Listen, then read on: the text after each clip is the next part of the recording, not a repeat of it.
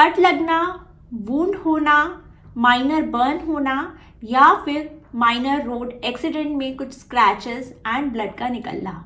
जब ये सारे इश्यूज होते हैं तो एकदम से माइंड में आता है कि अभी तो हमें टेटनस का इंजेक्शन लगाना पड़ेगा। बट आज मैं अपने सेशन में आपको टेटनस से रिलेटेड कुछ ऐसे फैक्ट्स बताने वाली हूँ। अगर आपने ये सभी फैक्ट्स को जान लिया तो आपको ऐसे ही इंसिडेंट्स जब भी कभी कट होगा, वुंड होगा या फिर माइनर रोड एक्सीडेंट होगा, तब एकदम से ये ख्याल नहीं परेशान करेगा कि अब टेटनस का इंजेक्शन लगाना है। तो आज चलिए हम ऑल अबाउट टेटनस कवर करते हैं in the question answer round. First question is why one should go for the tetanus injection. क्योंकि जो टेटनस है वो total 10 to 20% of the total population में कारण बन सकता है डेथ का। वैसे तो टेटनस बहुत छोटा सा इशू होता है, बट ये धीरे धीरे ये एक aggressive and life threatening condition में कन्वर्ट हो सकता है। इसलिए एडवाइस किया जाता है कि हर एक सिंगल पर्सन को टेटनस के वैक्सीन लेने चाहिए एंड ज़रूरत पड़ने पे बूस्टर डोज या फिर इमरजेंसी डोज को भी लेना चाहिए, जिसके बारे में मैं आपको आगे बताऊंगी। देन कम्स, क्या ये कम्युनिकेबल डिजीज है, यानी कि ये एक पर्सन से दूसरे पर्सन में फैलता है? तो आंसर है no. One person to another person में ट्रांसफर नहीं होता है। जबकि अगर एक्सपेक्टिंग मदर ने ड्यूरिंग प्रेगनेंसी या बिफोर प्रेगनेंसी टेटनस के इंजेक्शंस को नहीं लिया है तो प्रोबेबिलिटी हो सकती है कि फ्यूचर चाइल्ड में टेटनस रिलेटेड इश्यूज हम देख सकते हैं। द नेक्स्ट क्वेश्चन इज कि टेटनस किस तरीके से इन्फेक्ट कर सकता है बॉडी को। तो चलिए जानते हैं। जब भी कभी कुछ कट लगता है तो उस पर्टिकुलर एरिया में ऑक्सीजन का जो सप्लाई होता है वो बहुत कम होता है compare to the other parts of the body, and जो अफेक्टेड एरिया जो होता है वो वार्म हो जाता है। ये एक बहुत अच्छा इन्वायरमेंट है for the bacteria to grow, क्योंकि इसमें एक तरीके के बैक्टीरिया इन्वॉल्व होते हैं जिसे हम बोलते हैं क्लोस्ट्रीडियम टेटनाई बैक्टीरिया। ये जो बैक्टीरिया होते हैं एक तरीके के एनएरोब होते हैं, मींस इन ऑक्सीजन के विदाउट भी ये सर्वाइव कर सकते हैं। इसलिए ये जो बैक्टीरिया होते हैं ये पाए जाते हैं डीप इनसाइड द सॉइल। अब आपको ये ध्यान आएगा कि जब आप बचपन में या फिर ड्यूरिंग योर चाइल्डहुड जब आप बेयरफुट जाते थे तो आपके पेरेंट्स आपको बोलते थे टू वियर द शूज और the sandals. Why? Because they are aware कि जो सॉइल होती है उसके अंदर इस तरीके के बैक्टीरियाज मिल सकते हैं जो फर्दर टेटनस रिलेटेड इश्यूज को क्रिएट कर सकते हैं। एंड जो सॉइल होती है उसके अंदर ऑक्सीजन सप्लाई बहुत कम होता है, तो इस तरीके के जो बैक्टीरिया होते हैं वो बहुत अच्छे से ग्रो हो सकते हैं इन द सॉइल। एंड जैसे ही ये बैक्टीरिया सॉइल से बाहर आते हैं उसके बाद वो एक तरीके के स्ट्रेस को फेस करते हैं जिसकी वजह से वो डाई हो जाते हैं, एंड उसके बाद वो एक तरीके के पोर्स को क्रिएट करते हैं जो ऑक्सीजन इन्वायरमेंट में सर्वाइव कर सकते हैं। देन ये जो पोर्स होते हैं ये एंटर करते हैं थ्रू द कट और the wound in the human body, and वो उस एटमॉस्फेयर में जहाँ पे कट लगा है, यानी कि जहाँ पर वुंड है और जहाँ पर ऑक्सीजन बहुत कम है और बहुत वार्मनेस है, वो बहुत अच्छा इन्वायरमेंट होता है for these pores to germinate and the replicate. जब ये ह्यूमन बॉडी के अंदर जर्मिनेट हो जाते हैं तो ये एक तरीके का क्लोस्ट्रीडियम टेटनाई बैक्टीरियम बनाते हैं जो फर्दर रिलीज करता है टॉक्सिन जिसे हम बोलते हैं टेटानोस्पाज्मिन। टेटानोस्पाज्मिन से टेटनस एंड स्पाज्म हो सकता है in the body. Inhibitory neuron एक तरीके के वेरी इंपॉर्टेंट न्यूरॉन्स हैं जो ब्रेन से सिग्नल सेंड करते हैं to the entire body to stop the activity.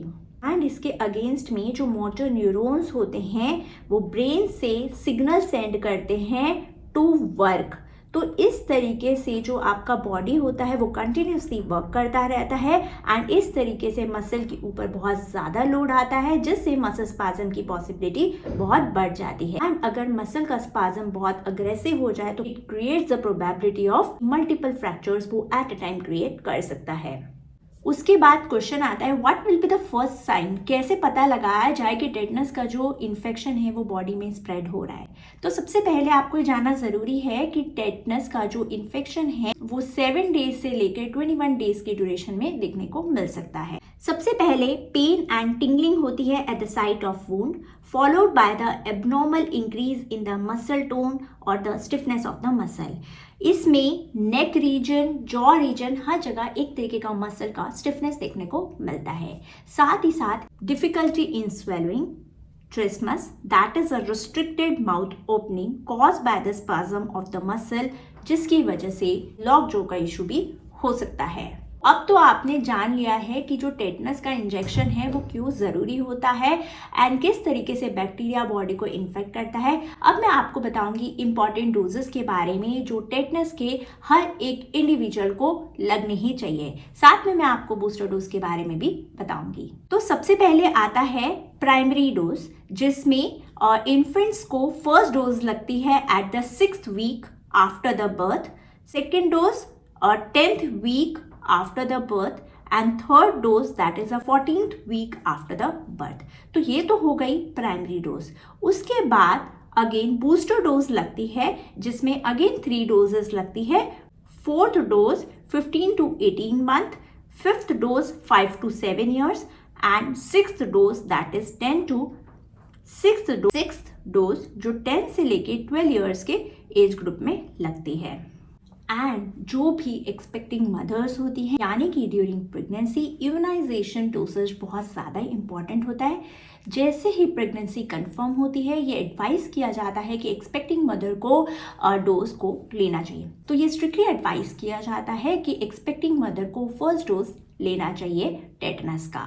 Then again 4th week after the first dose second dose advisable होती है। देन कम्स द क्वेश्चन कि अगर प्राइमरी डोज या फिर बूस्टर डोज को टाइम पर लिया है तो क्या लाइफ टाइम डोजेस लेना ज़रूरी है? तो आंसर है यस। अगर आपने चाइल्डहुड यानी कि 10 to 25 ईयर्स में कोई भी डोज नहीं लिया है तो एडवाइस किया जाता है कि आपको अगेन आपके प्राइमरी डोज जो 3 डोज मैंने आपको बताए उसको रिपीट करना चाहिए एंड एवरी 10 ईयर्स पर एक बूस्टर डोज को लेना चाहिए। ये है प्रॉपर टेटनस इम्यूनाइजेशन कॉन्सेप्ट। इसके बाद क्वेश्चन आता है कि अगर प्राइमरी डोज टाइम पे ली हुई है एंड एवरी 10 ईयर्स पर बूस्टर डोज ले रहे हैं तो क्या अगर कुछ एक्सीडेंट हो या कुछ कट लगे या फिर रोड पे थोड़ा सा स्क्रैच भी आ जाए तो अगेन कोई डोज एडवाइजेबल होता है? तो आंसर है यस। इसे एक तरीके का पैसिव इम्यूनाइजेशन बोला जा सकता है जिसमें प्री फॉर्म्ड एंटीबॉडीज को एडमिनिस्टर किया जाता है इन द ह्यूमन बॉडी में, जो एक तरीके के टेटनस इम्यूनोग्लोबुलिन है।